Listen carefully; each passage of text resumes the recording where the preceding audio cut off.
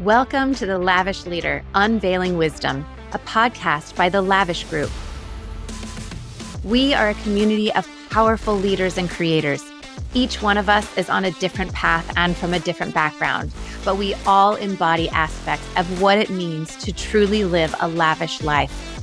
And we are here to share our stories. I'm your host, Dr. Erin Martin.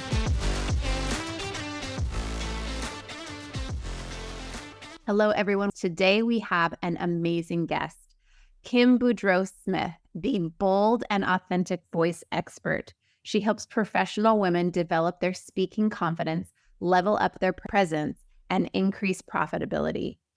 Kim is a leadership and speaking coach. She's a facilitator and trainer for female entrepreneurs and high-performing professional women seeking guidance in owning their bold voice.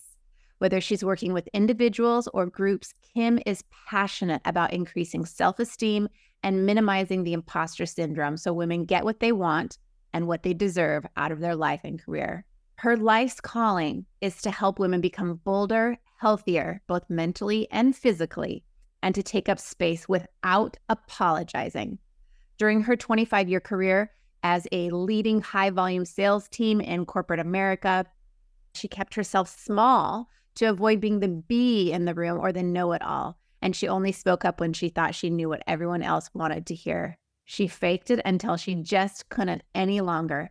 She knew she had to make a change in her life and in the lives of other women leaders. She became a coach to help other women stop living small and take a seat at the table with confidence. Thank you so much to Kim for being here. She has so many accolades, including serving as the first woman to host an internet radio station called Bold Radio. And she also owned a thriving fitness company and developed fitness programs for women. She is the co-author of several amazing best-selling books and is a Step Into Your Moxie certified facilitator. Welcome, Kim Boudreau Smith. All right, Miss Kim Boudreau Smith, thank you so much for being here. Welcome. Thank you. And by the way, thank you. That pronunciation of my middle name was so spot on. So thank you. The degree in French comes in handy. Yeah, I bet it does. All right. Well, I am so excited that you are here. I think that the topics that we're going to talk about today are so important. It's timely, it's relevant to women who are all women, really. But, and particularly I talk with and I work with a lot of women who are very successful. And I find that it's very interesting how women can be so successful and still have trouble speaking up and speaking their truth and taking their place. So this is going to be a very exciting and relevant conversation. I'm so excited. Will you first tell us, what your journey, how did you become or decide even to do what you do? I know you have a story and I would love to hear it. Well, it's interesting, Erin, when you ask me that question, I literally go into this visualization in my mind, how it's been steps and steps. So I was that child that was always outside. Now I'm going to really date myself, organizing hopscotches and Mother May I's and looking for ways also to raise money. So I was a very shy child. I was getting a lot of mixed messages in my home. It was when I was out organizing, racing, because I used to run and beat the kids. I bet them a nickel that they couldn't beat me and things like that. They'd fall for it. All my friends in the neighborhood fall for it every time. But when I would get going, my father or my mother would open the front door and go, "Hey, Kim, you have a big mouth. You sound so bossy. Tone it down." But yet, I was also told we are to be seen and not heard. So I was a very shy child. So my parents were concerned about having a shy child, even though they're telling me all this other stuff. Enrolled me in the local dance studio when I was 7 years old. And if anyone knows about when you enroll a child into dancing, 7 years old is old. Usually we start like at about 3 or 4. And that 7 years old turned in until I was 18. That became my whole life, to perform up on stage. Being on stage is normal and natural for me. But there was a lot of that going on of my childhood, and then going into my young adulthood is I stepped into jobs and careers based upon what I thought society would accept me. So I had imposter syndrome going on. Didn't even know what imposter syndrome was back then. I was only a woman in the room holding my voice back until I could get out of the meetings and go into the bathroom and sit on the floor and just cut loose crying and all of that. So there was that whole thing. And by the way, I was very successful in corporate in my positions. And, it's like you said in the beginning, women that, on C-suite levels, and it doesn't matter what level we are at, how we're still holding back, but yet can escalate. We'll get into a little bit of that, I hope. So there was that. And then I was very unhappy as a corporate woman. So I stepped into my own business. So my first business was a fitness business. But I lived in such chasing the dollar and the acceptance of everybody and having to have, and I mean having to have, the picture perfect body, because I was a fitness trainer. And I strived for that perfection to the point of holding maybe back on skipping lunch or working out 4 hours a day. There was all that mentality going on. And then stepped away from that and launched my business online. I was still battling with the online of how we as women are supposed to show up. Don't ruffle feathers. Let me see, sit a certain way, show up this way, do this, do that, and all of this stuff until I fell asleep behind my wheel of my car just literally a mile. I point, it's a mile and a half that way over here on a beautiful August Sunday afternoon. I fell asleep at a major intersection, a major red light. It was 4 lanes. The road was 4 lanes north, 4 lanes south.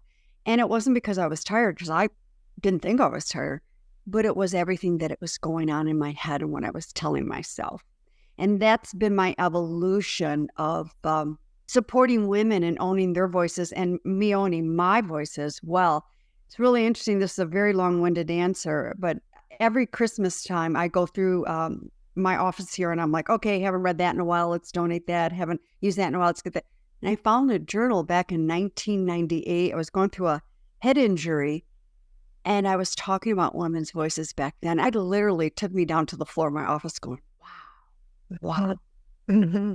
Yeah, that is, I just got goosebumps when you said that, because then when you find those things from years and years ago, that kind of solidifies that, like, that's your dharma, like, that's your passion, that's your thing, that's your purpose.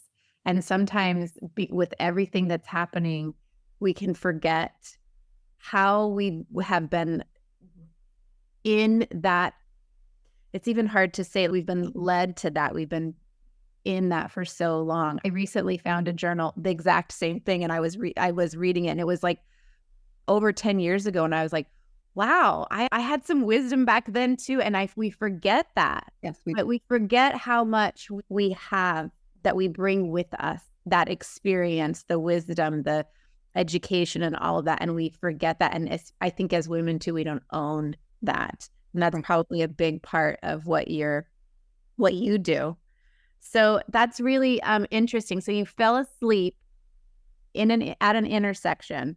And what was it about that moment that shifted things for you? Well, not only did I fall asleep once, but I fell asleep twice. And what woke me up is because my head fell forward. And so my first, and not response, it was a reaction, was I looked around and went, oh my God, who saw me? First wrong reaction. Holy crap, who saw me? And then I went, wait a minute, I'm safe. And hold on, I did not hurt anybody. When that should have been the first reaction. Again, this is about a little over a mile from my home.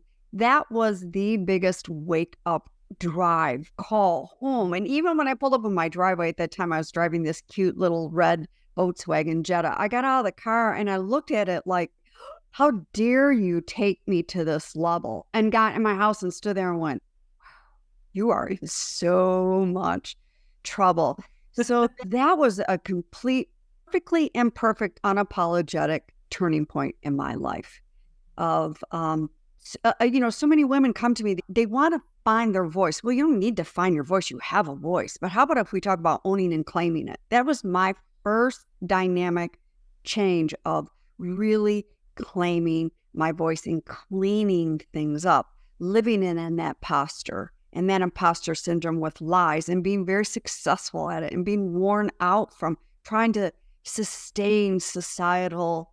I had it all together, at least on the outside, but in the inside, I was a chaotic mess. So that was the most pivotal change that day. And I remember here, I'm in Michigan, and so southeastern Michigan, we have these Michigan turns. So in order to turn and go westbound, you have to go through the light, do the turnaround. I had to face the light again. So I'm rolling the windows down, cranking the air, and I've got Aerosmith playing to get me home and not fall asleep again. Right. Wow.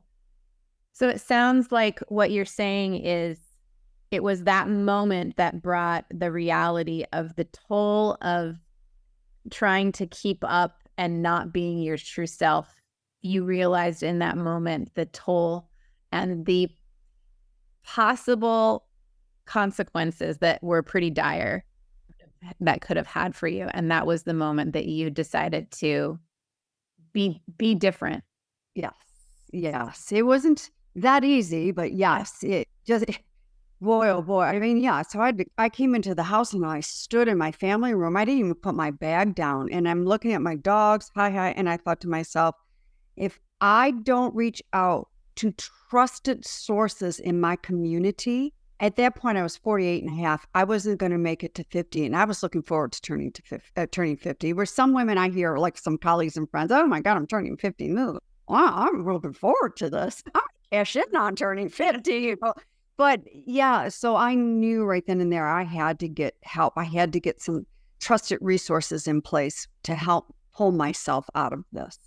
One of the reasons why I was really wanting to hear the specifics of your story is that I think that for a woman to come to the place where she's like, I got to change this. I've got to be able to speak up. I've had enough of whatever it is that there are those pivotal moments, whether it's falling asleep at an intersection or it's coming out again from a board meeting where you have not spoken up and your ideas have been squashed, or like whatever those moments are where a woman says, enough, I've got to figure this out.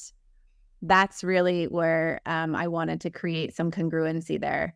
But I really want to spend our time today, again, talking about voice and authenticity, which is exactly what we've already been talking about, but the importance of voice. And in your experience, why do smart, successful women not speak up? That, you know what, there's sometimes the coaching that I do, sometimes I do have to ask myself that question as well. In full compassion, no judgment, I ask Absolutely. that question. But a lot of it is fear, what society's placing on us. So it's that inner critic. I look at the inner critic, and by the way, I call her the hag in the attic. I've got so many clients that call her different names, and we'll just stay with hag in the attic today. So I view the hag in the attic, the inner critic. She's the maestro. She's the conductor of the orchestra, and the orchestra is quite the verschimmeled orchestra. They've got all their equipment and stuff, but the equipment is tarnished. It's dented. It's the keys to the piano aren't tuned, and strings are missing, and all that stuff. And what happens is when we go into certain situations, the inner critic chimes up. She takes that stick, I call it, that the conductor has, and she will point over at the horn section, which could be the imposter syndrome, and say, go, start playing. And then if that's not enough, she'll come over to this section where there's drums and say, beat that lack of self-esteem really, really, really loud. And so that is what takes place when women are still holding back. There's fear. There's that imposter, and that imposter is saying, if you're the new kid on the block, you better tone it down. Or if you are a woman, you better tone it down, because we've got all these B words that go along if we speak up. And one of those B words are bossy. I'll let your audience lose their imagination for other ones. Or we're playing small, and maybe we feel we don't have enough degrees to be speaking up, which is all BS. And I can say that very safely. It is all BS. And that's why women hold themselves. We go into comparing. I mean, and I can be guilty of that comparing. I could be sitting here going, oh my God, Dr. Erin, she's so much younger than I am. And dang, she's a rock star. But I really, truly don't, and you are, but I truly do not know what's going on, and your journey of arriving where you are at. And we all have a journey and a story of arriving to where we are at. So there are so many women that either go small, but are able to climb the ladders to their levels of success, shattering ceilings and walls and floors. And they're also over on this side that when they're not playing small, they can be in a very edgy, multiple B situation. Mm-hmm. And we feel we have to go either direction, and we don't. We do not need to go into any personality. In fact, that's old masculine energy of us speaking. Yes. I think when we are in that proving energy, especially, we get into those B words, right? And I myself have been called B words many times for having an opinion, for speaking up, for being the squeaky wheel, for saying, no, I don't agree with that. And I know that for myself, and I don't actually know any successful, powerful woman that has not at some point compromised her voice. We've all done it, right? Yes. All Yep. not spoken up. We've all taken unwarranted criticism or you name it without saying, hey, that's not okay. Or just putting our ideas out there to have an opinion about something. We go along with things. So I think that when you say the masculine energy, that's, that proving that don't make waves, not just because it's uncomfortable for other people, but also because that slows progress down. And we just want to get to that next level. But I think that ultimately, many of us get to that point where we are living inauthentically. So can you tell us a little bit about what you do now? As far as, when I work with it. Okay. So I'm, of course, right now I'm currently just working one-on-one, and then I go into organizations and I do a lot of facilitation. The one-on-one is, so yes, I do have a format. And usually within the first 60 days, I'm leading the format, and we're creating that container, that safe container. So for that partnership, and then the women are feeling safe enough to start bringing to the calls of, this is what I'm dealing with. This is what I did. I went into this negotiation. I backed it down. I need to role play because I'm going into my senior leadership to up my game. It's anything from leading their teams to going into negotiation for salaries, presentations.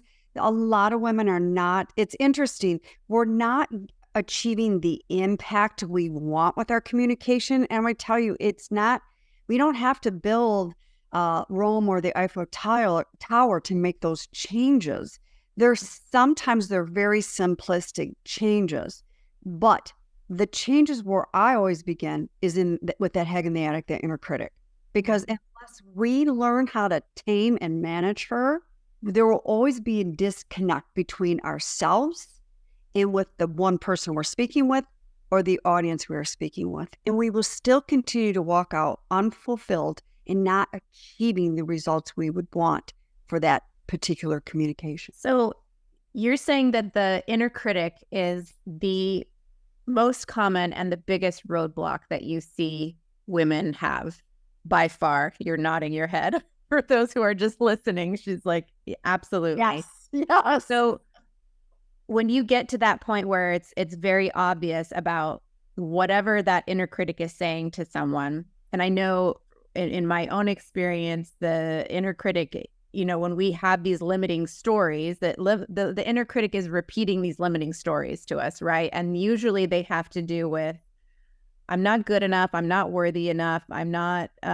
accomplished enough, or I'm misunderstood, or I'm not lovable. Those are the biggest ones that I come across at the root of everything. How do you get them past those blocks? Well, one of the things is making sure that they are aware in the situation when that is chiming up. Because if you're unaware or you're taking it and just let's push it away for another day, that could be even more difficult to tackle. But if we begin with awareness. Unless we have awareness, there's no way we can go to the next step. So that awareness.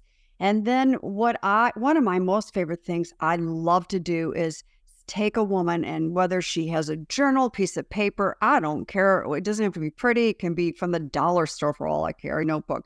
You start writing down the things that the inner critic is saying to her, and then learning how to flip that dialogue. So instead of that self-critical dialogue, we have self-compassionate dialogue, so that we're not just spending the dialogue out there to, oh, Dr. Erin's one of my dearest friends, and I would never say the crap I say to myself to her. No way. Well, we're showing up a little fakeish there when we are pouring that out. And then what happens? We go into burnout and we're depleted. But it's beginning there of learning how to flip in those moments of when you hear that inner critic chiming up. And there's so many tools. It could be something as simple as, hold on, I need to breathe. I need to ask myself, what do I need in this moment? And it could be, I got to get out of my office. I got to go get outside for a minute. I got to get a breath of fresh air. Or it could be sitting up and going, wait a minute, hang on. And by the way, this just recently happened to me, is I just signed a contract doing my first keynote in person in 4 years is coming up here. And after I had the dialogue with it's a large corporation, and after I had the dialogue, I had walked out after the call, and I went out to the couch end of night, and I'm laying on the couch watching, I don't know, who knows, Big Bang Theory. And I dozed off. When I woke up in 10 minutes, my heart was palpitating. And it was like, oh my God. And all I could hear was this voice. Who do you think you are? Oh my gosh, you're going to drive down to Fort Wayne and I'm blah, blah, blah, blah. And I just went, whoa, hold on here. Whoa. And I looked around and went, my dogs aren't saying this to me, and my husband's not home. I'm yelling. And I just took a deep breath and I went, Kim, you have this. You've got the outline for this. You know how to practice your way into this. You've been doing this and I had to change the dialogue up and say, I had to tell myself, I've got this.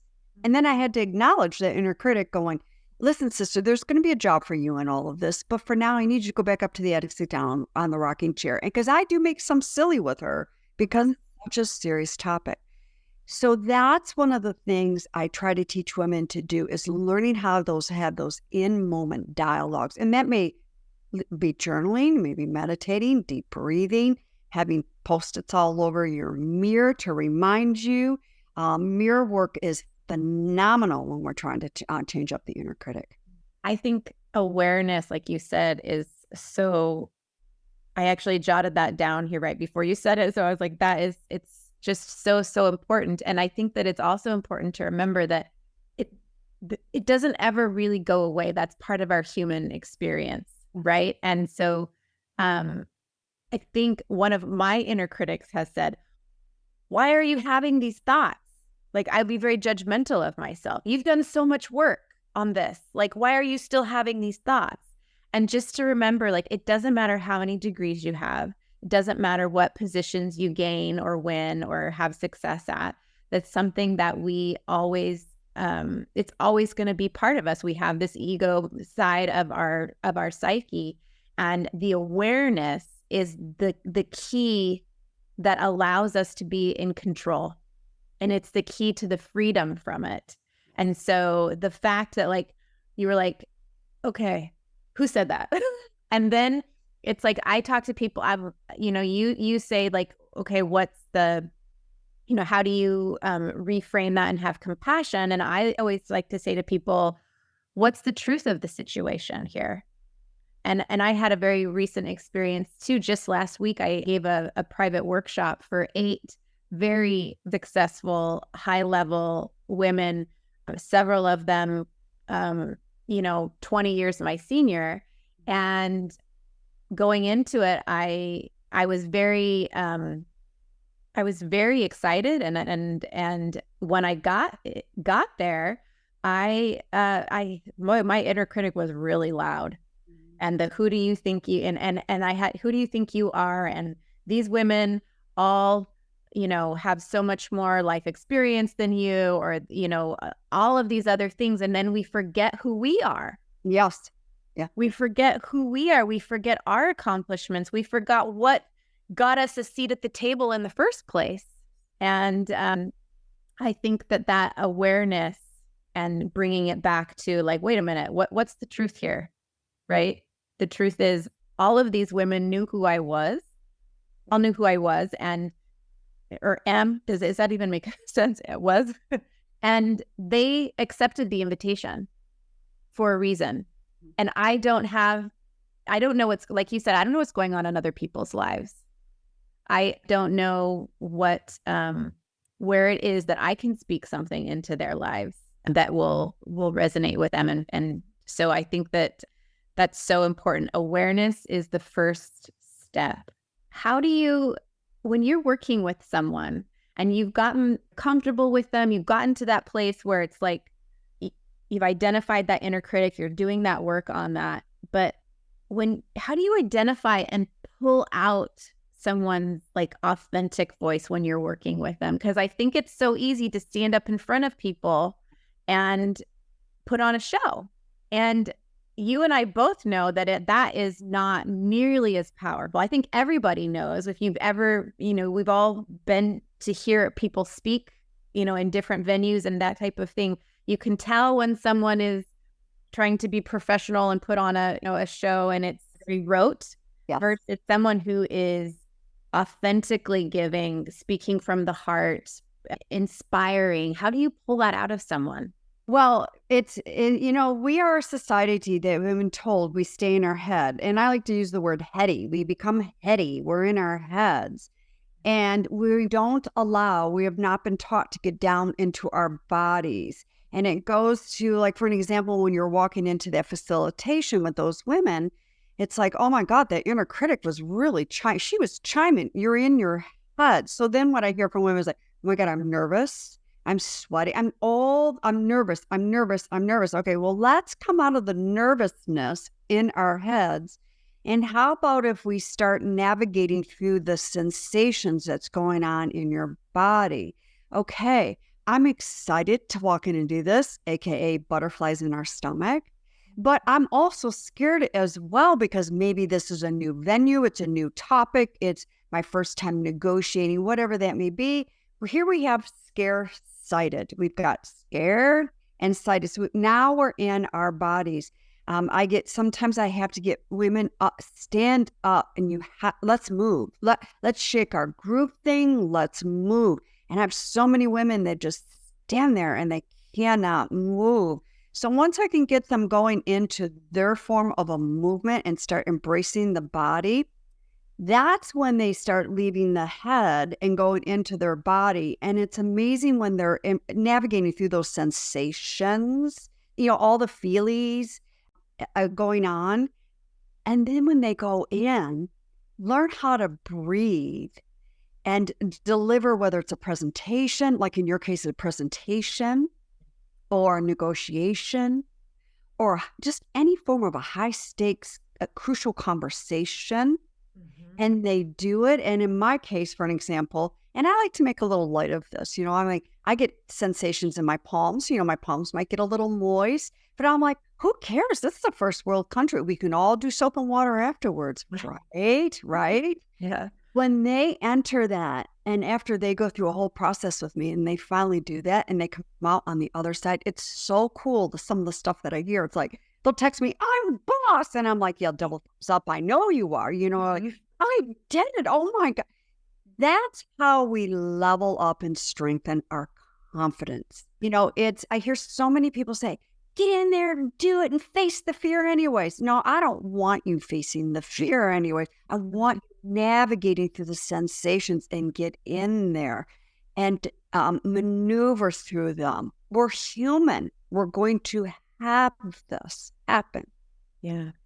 That is so beautiful. And by the way, very scientific. I think that that's very important to know. I think that a lot of successful women have a very logical way of thinking things, and they want, they want proof and all of that. But the science of psychology right now and is so very clear that the body sensations and what's happening in the body, it holds it so much.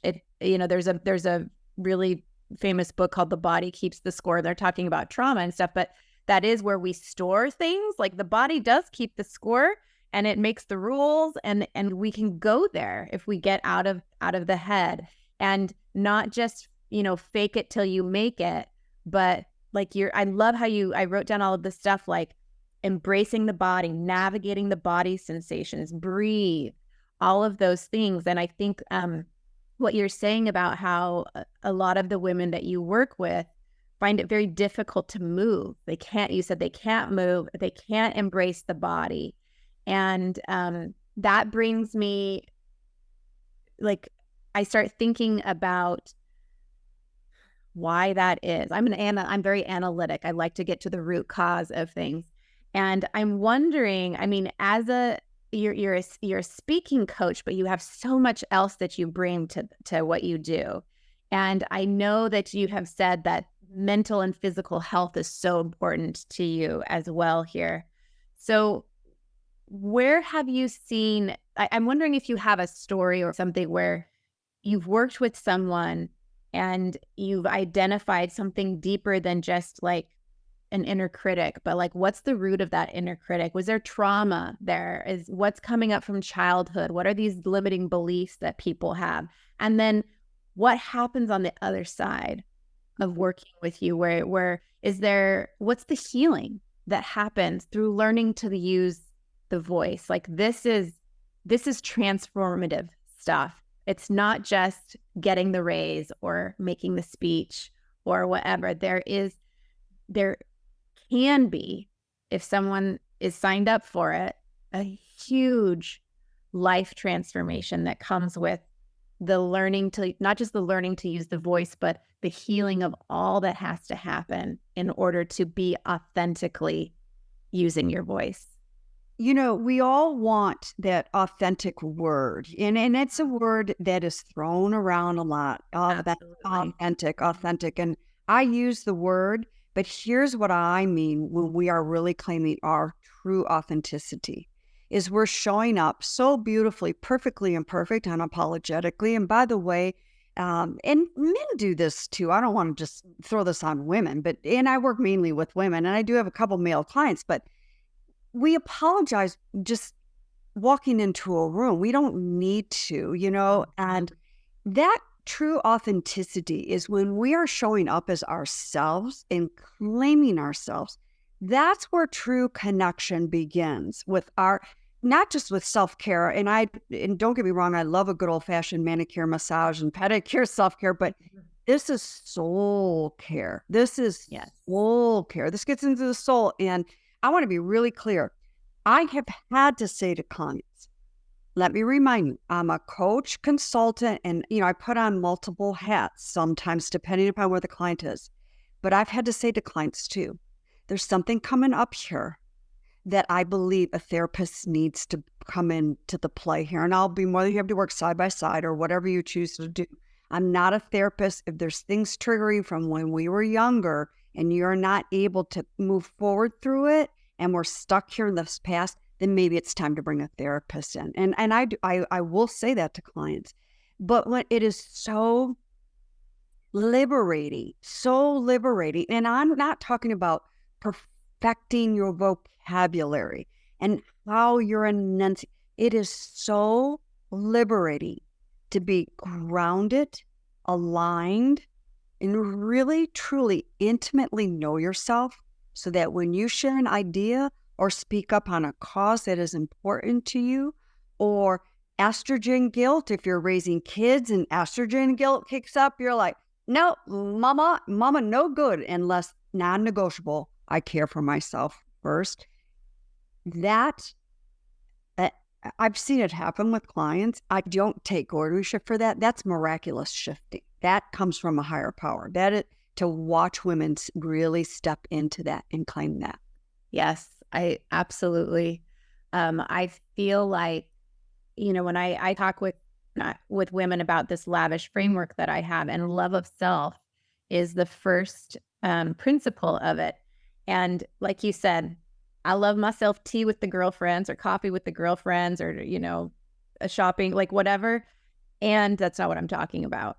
Yeah. Like being in love with yourself, choosing yourself first, being integrity with yourself is this kind of golden thread that gets woven through all of the aspects of life, and learning to be your authentic self and learning to use your voice is a beautiful, beautiful example of loving yourself, doing the work, getting the help, getting the resources, surrounding yourself with, whether it's a coach or a therapist or whatever it needs it to be able to do that, to open up this, we talk about our throat chakra, and we've all felt that like closing down of that area in our throat where when we have something to say and we don't say it, doing whatever it takes to just free that energy. Like you said, it's so liberating.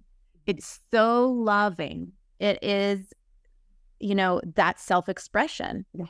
And I've had some people who care for me deeply take note when I'm shut down in that area, and say, like, just say what you want to say. Yeah. Just say what you want to say. And I would be like, oh, that's right. I can say what I want to say when those little things come up. I have a story I would love to share with you. When I was a little girl, I was probably 6 or 7, because you were talking about how you got these mixed signals from your family. I as well had mixed signals. And I grew up in the time when, parents spanked their kids and spare the rod, spoil the child, all of that. And we were at a family dinner at a Chinese restaurant, and I was being too loud. And my dad had warned me several times, you're being too loud. And finally he said to me, if you don't sit down and be quiet, I'm going to take you in the bathroom and spank you. And well, I was a child who, like, if you told me not to do something, then I was very likely to actually do it. So I didn't. And he took me in the bathroom and he spanked me. And I was there was definitely some defiance there. But what I did is I walked out of that bathroom and I went to the table and I stood up on the table and I started singing, but that is the story for me that I get reminded of, or people that know that story remind me of it when I start to close down, when I start to play smaller, as my husband says, dim my light. When I start to dim my light, it's like, no, wait a minute. Where's the little girl that stood up on the table and wouldn't be quiet? And I think that we've all, got to find a story like that. We've got to find that inner something that's like, no, I'm not going to be quiet. I'm going to speak up. I'm going to learn how to use this voice. It's so powerful. It is. A woman with a voice is a force of nature. Mm-hmm. And who knows how to use it with poise and impact. And I just absolutely love what you're doing here. And if I could jump in real quick, that's, first of all, I am going to be borrowing your story and give you 5,000% credit, of course, because it's a story. But boy, my brain just went into as I was listening to you going, think about that application for life, the journey. And I know I'm a few years older than you, but the journey where we all have arrived, sometimes we do have to go through a few of those spanks. But what are we going to do with those spanks? Are we going to go crawl underneath that table, get real small and shrill up and cry? And sometimes we need to go cry for 5 minutes and get up and, let the mascara run and wipe it off and get on top of that table and start singing. We've all been through those spanks, the scruffing of the knees, falling down, and we also have been, had to have gotten back up. It's when we don't get back up, and I bought into that for many, many, many, many years, and I just finally as an adult, after I fell asleep, I stood up on my table and started singing. You wouldn't want me to start singing for human consumption, but boy, I stood up on that table. I started doing a tap dance and started singing metaphorically as well. I love that story. That is, boy, we can apply that to all areas in our life. Right. I'm wondering what you say to women who are like, well, I hear what you're saying and I understand that, but I don't want to be the center of attention. I don't want to get up and speak in front of people. I don't want to, where does that become kind of the cop out to voice and all of that? Women always, I do get women that say that I don't want to be in the spotlight, and it's like, okay, well, if we're at lunch, having just lunch and a choice of beverage, first of all, the spotlight goes back and forth because we're dialoguing, we're conversing, because I'm not just going to sit there and be the only one talking or just complete silence. One, and two, a lot of women say to me, I don't want to publicly speak. Well, what do you think you're doing? You're talking out in public. You'd be with girlfriends or with your partner or with your kids. There's such stories that go around that. And when I hear especially a lot of my my women, executive women or women business owners say, I don't want to be in the spotlight. I'm like, I have to do everything not to laugh with them because I don't laugh at people. Not to laugh and simply say, well, if you're not going to be, then who will be? Because we will get bypassed. And there's different ways of, being in the spotlight. You might be in the forefront. You might be in the back with the spotlight on you. You might be in the middle. There's ways. It's almost like a Ginger Rogers Fred Astaire dance of what that spotlight looks like. And we have to create our own spotlight and getting comfortable with being uncomfortable in those situations. That brings me that's so perfect, because I've been thinking this whole time that we've been talking about what our role as a collective, as a collective of women is in making changes in the world, in making changes in the corporate world, or with equality for women, or, whatever those things are that we are passionate about, or what's our cause, or whatever those things might be. And I think that I like to bring this up because it's always such an interesting subject for people. Feminism is a word that can mean a lot of different things for different people, and it has all these different connotations. And there's the old 1960s, 1970s version of what feminism means. And I feel like now we're not quite sure, what exactly does that mean, right? There's still some of that old school. And then there's these other ideas of how things should be in the world.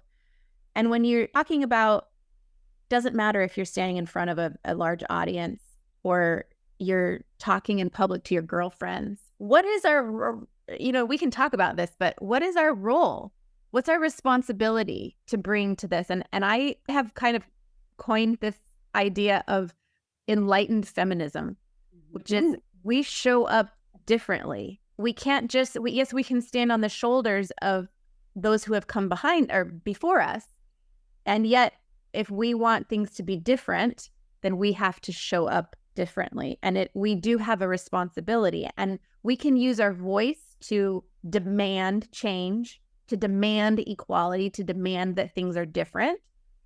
And if we really accept our responsibility of the authentic voice, then we show up differently, and it's a different way of being a woman in the world and making changes differently. Because they say if you want a society to change, you empower the women.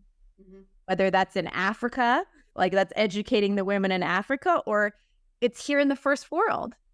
So I'm interested to hear what you think about that. Well, first of all, your insight that's very interesting. I like that enlightenment feminism. I really like that. And as I was listening to you, I was thinking Madam C.J. Walker. She was back in the day. First of all, she was the first African-American woman back in the day that made $1 million Yeah. on her, that the hair product. It was that was a great movie to watch, and that was unheard of. I mean, women were barely allowed out of the house, let alone, I mean, they weren't even talking about voting back then, and not to mention a woman of color way back then, because Right. we were still controlling ethnicities and stuff.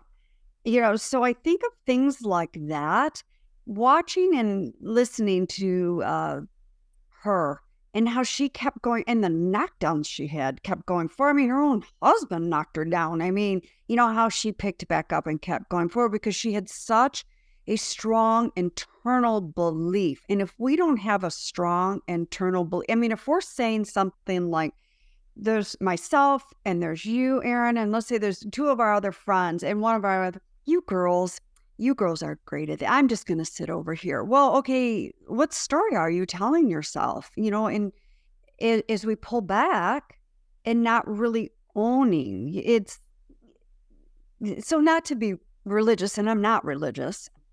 It's like in my world and the religion that I was raised in, and I don't practice it anymore, Catholicism, and I was led to believe, and I still believe this, that Jesus Christ, walked this earth, right? How many villages did he go in? And they're all looking at him like cuckoo for Cocoa Puffs, right? But he still showed up, planted the seeds, and moved on. That is our responsibility, is planting seeds and showing up wherever we go, especially if you're raising children.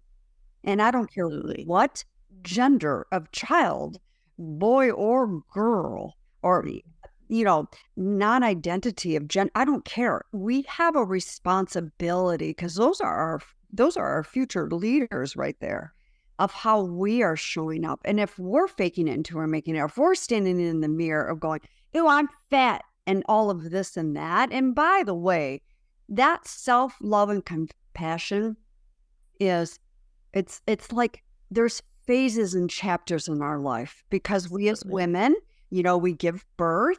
Then we've got this hormonal party that it forgets to invite us to the party. So we've got all that going on. Yes. And then when you get older, oh my God, there's perimenopause, there's menopause, and then there's postmenopause. Our bodies change, hormones change, and we have to get reacquainted with ourselves. But if we're standing in our homes going, "Well, I don't like the way I look in this, and I got this hanging over, and oh, I got a oof of cellulite, and oh, I'm bloated because blah, blah, blah, blah, blah." What do you think our kids are going to hear? What do you think our friends are going to hear? Yeah. I mean, even though you're saying it in your own four walls, it penetrates through those, energetically, through those windows and through those walls. And that is a lot. And there are days I find it easy to look in the mirror and go, "Yeah, I got this. And man, I'm looking pretty good," whatever. And then there are days it's like, I didn't have a good night's sleep. I got a dog on my feet. It's 90 degrees in the air conditioning. There's icicles not hanging off my ceiling. I was up a couple of times. I'm not feeling it as strong the next day. That's my beautiful humanness. Yeah. My best friend said to me one day, she's been my best friend since I was 12 years old. And I'm a perfectionist. I am a perfectionist. I will admit it. And she said to me once, "Erin, not every day can be a 10. And I was like, I don't know, with all of my education, I never really thought of that. And it was the permission I needed to just be like, okay, today's not a 10. And I can still show up for my kids, for myself, for my patients, for whoever that is. And I love, I always say, we are absolutely amazing, divine beings, and we are human. We are human. I have to remember that myself, because I am someone who I seem to very much remember my divinity, and I forget my humanity. And I think that that's a lot of where somehow I've twisted that perfectionism part, from that, and made the human part of me not so beautiful. And yet this is the most amazing classroom. This is the most amazing classroom for our transformation. So everything that you said is just music to my soul, to my ears. You're talking about these this is a soul work. This is, we have to have these strong internal beliefs. And when we don't have those, or if we've been running, like just literally running up the ladder of success, up the ladder of life, so many high achieving women are from one achievement to the next. They not even like received the certificate, and they're from one achievement to they're already on to the next thing, and we don't celebrate.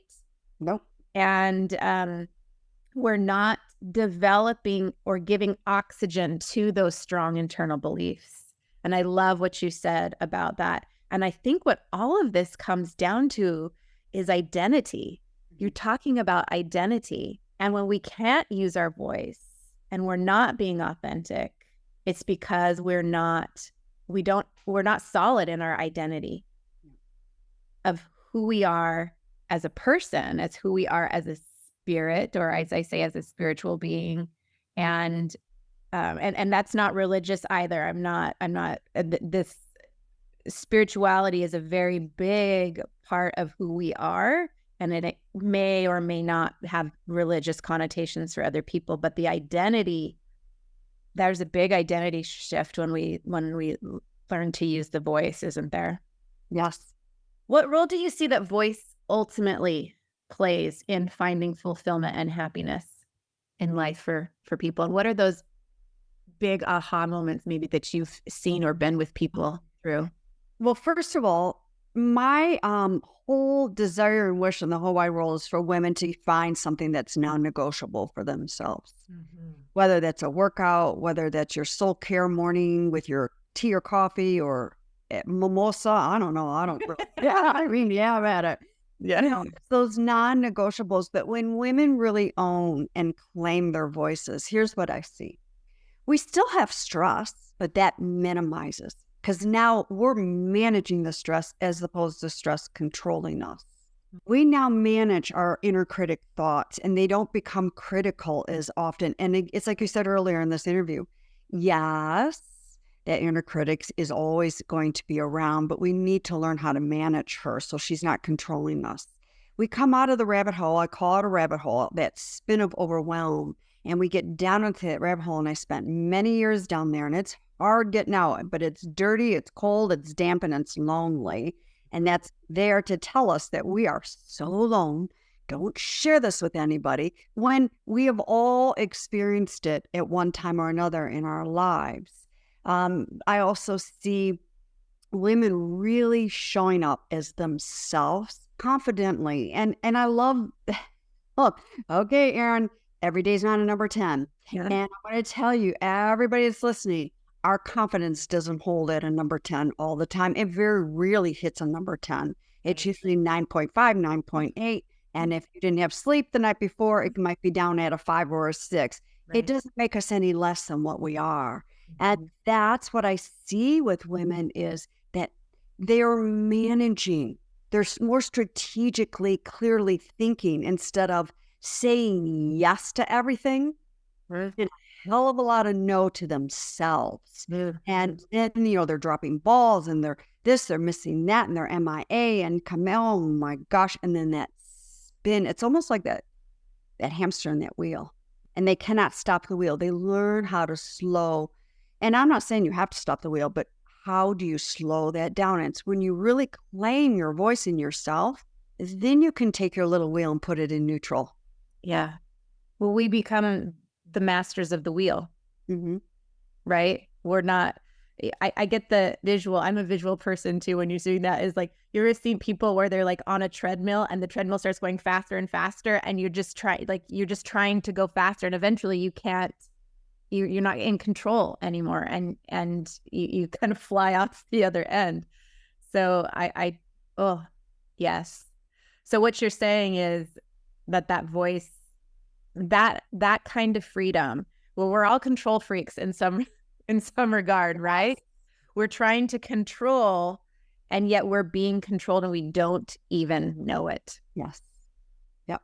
And so flipping the dialogue, flipping that whole paradigm is what you're saying, of what you're in control of, instead of being controlled by the voice, that constricted, can't flipping that and using it open and being in that authenticity, that authentic self is where that pathway to fulfillment becomes.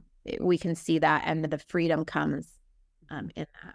Yeah, there's nothing more. Our voices can either heal or harm, and that healing and harm begins within us. And then we can turn around and project. We can choose what we project out of there and out of our mouths, and that can also be healing or harming. And I mean, if we're, again, let's not create or cause harm, but let's get into that healing. There are times we're going to have to bring in a little bit of edginess in some meetings or whatever, or negotiations. But when we're either too edgy or too small, we have totally are inauthentic. We've totally have lost ourselves. Right. I have two more questions for you, but this last one, it just reminded me what you just said. We've been talking about things like in a very serious tone, but where does humor come in here? Well, where is the power of humor, and where can we as women, I think that a lot of times we think of humor and speaking as almost this male quality. And I think that there's so much to our lives that we have in common with each other that we might keep hidden. And humor can come in there and be such a potent motivator and inspirer and change maker. Where do you talk about that with people, and where do you see the development of that being important? Well, society says to show up a different way and act a certain way. Oh, yeah. Well, what is wrong with humor? I mean, especially when we are in such serious topics and things like this. And I dance in an area. I mean, this is very serious for a lot of women to break through this and really reclaim. I bring a lot of humor in, especially when I'm talking about the inner critic. I have a whole persona for my inner critic. I mean, a whole persona. I mean, and she dominates us. So where can we pull that humor in? And where else? And if you're doing a presentation, depending upon who the audience is, where else can you bring that humor in? And for an example, I just had a client present to the 6 top senior leadership, including the CEO of this national organization that she works for. And she was doing a 15-minute presentation on DE&I, and then she also brings in the B, belonging, which is an internal thing. And in her presentation, one of the slides, because we went through it all, was the next slide was money. She had asked, for budgeting for next year, right? And she turned on the slide, she goes, and here we are. Money. I have got to ask for money. We all need money, right? So she lightened it up of her presentation, and they were all laughing as they're having lunch during her presentation. Sometimes we need to show that side of us. And if we do have a hard time of showing that, people tell me all the time, I'm so funny. I don't think I'm funny. I think I'm sarcastically funny. And so I have to laugh at myself sometimes, when I'm saying things. But there are sides of us that we need to bring. It could be just a morsel of piece of salt of humor that we just bring in to really move either the person you're talking to or the audience that you are in front of. Yeah, I think that is so great. I recently had a little presentation to someone, and I literally I just came in and I said, well, just so you know the context of my mood right now, I was just running through the sprinkler in the backyard 10 minutes with my daughters, and everybody laughed, and it was lighter and wasn't so serious. But I think that's vulnerability, right? There's humor in being vulnerable, and we think of vulnerability as being this this thing that we have to get ourselves to do all nice and pretty, all tidied up. Yes, that's right. Yeah. And we have to remember that everybody puts their pants on one leg at a time. Indeed, we do. Right? Indeed, we do. Yeah. And so those finding that commonality, bringing humor to it, and that vulnerability. I love that. And if I could jump in, and that humor, H-U-M, humor is also the H-U-M of humanness. So when you got on and said, 15 minutes, I was just in my backyard running through the speakers, what happens is your audience looks at you from expert to thought leader to, oh my gosh, she's touchable, relatable human. Yes. And I can be that as well. And I think as women, as leaders, that's so important to be, we talked about the B words, because we can just be this untouchable B word to those people who are essentially following us, the people that we're leading, or we can be a touchable, tangible leader that people want to follow, not just because you're the boss, but because there's something in common, something inspiring, something human about them that allows them to be human too, and not have their perfectionist tendencies always running the show. So that just came to me as you said that. So I think I love the synergy there. So my last question for you, Kim, is what's your next level for you? What's coming up for you that, I don't know, maybe we have the privilege of having you be the first people that you tell about it. I don't know. But what's the next level for you? What's calling you? What's your soul saying? Well, my soul is, well, first of all, I will always be stepping up with the one-on-one. I love working one-on-one, but there's also a part of me that loves the multiple minds and hearts and bodies and soul. That is in the background of something more on a group level. But the next steps that are coming up is really getting into corporate, because I'm so tired of women having to fight their way in male dominant situation, and also in corporate, not just for women, but working with women first and foremost to help them really, really, really claim their voices, their confidence, especially male dominant, but also to be in front of those men, because this is not just all on us women. I mean, I don't need a man at a table getting up and offering me his seat. What I need, because I'll stand, I don't care. What I need is a man to say, hey, I'm not going to do this unless my counterpart is equal to what I am doing. We need more of that, and not checking boxes because we are certain gender, shape, size, ethnicity, or whatever. That they are truly doing this because enough is enough of the lack of equity. I mean, you and I go to the same colleges, educations as a man, but it's still, men are still honored and paid more and have more resources and opportunities than women as a collective. So that's my next big piece, is working with some more men so that they're acknowledging the equity and wanting to embrace that.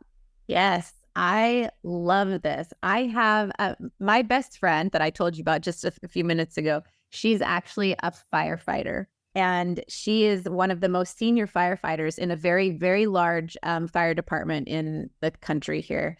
And she talks about all the time, like, it's been such a struggle, I would say, for her to come up through all of that. And we've had lots of conversations about how do we change this? Like we said, we can't just stand there and demand change.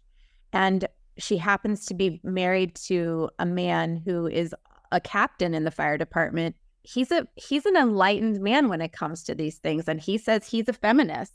And so it's like, when we talked about that enlightened feminism, that includes how we raise our boys. Yes. To think about women. Yes. How we tell history, how we teach what history has been, not just that it has been, but what was wrong with it. And we change the narrative on what that history is, and we bring our men with us. Mm-hmm. We have to. I just love what you're saying. I can tell I'm really passionate about it. But I love that is what's next for you. That is a huge, it's a huge undertaking, and it is so needed. And, I'm there with you. This is my passion as well. So, girl, we'll be on the same train, and let's do it. Yeah. It sounds amazing. And it sounds to me like you have all of the soul you've got it all. You've got it all, Kim. I'm so thankful, so grateful that you have taken the time to be here with us. Will you please tell us how we can find you, where your social media handles are, all of that stuff? Yes, absolutely. And again, thank you for having me here today. I'm just so enjoyed this. But please run on over to LinkedIn. If you're over on LinkedIn, it's Kim Boudreau Smith. It's Kim Boudreau Smith. On Instagram, it's you can find it under Her Bold Voice or my full name. It'll pop up either way. And if you want to check out my website, it's kimboisandboysmith.com. But I'm trying to play a little bit more on LinkedIn. So if you're on LinkedIn, reach out and please come in a direct message and say, hey, I heard you on Dr. Erin's podcast and, just like to connect. And I would love to start a dialogue with you. Awesome. The Lavish Leader, Unveiling Wisdom is brought to you by Dr. Erin Martin and the Lavish Group. To find out more about Dr. Erin and how you can create and embody a lavish life for yourself, visit thelavishgroup.com. And don't forget to search for Lavish Leader in Apple Podcasts, Spotify, and Google Podcasts, or anywhere else podcasts are found. And click subscribe so you don't miss any future episodes.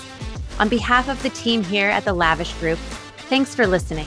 And remember, you too can live a lavish life of fulfillment, beauty, and love.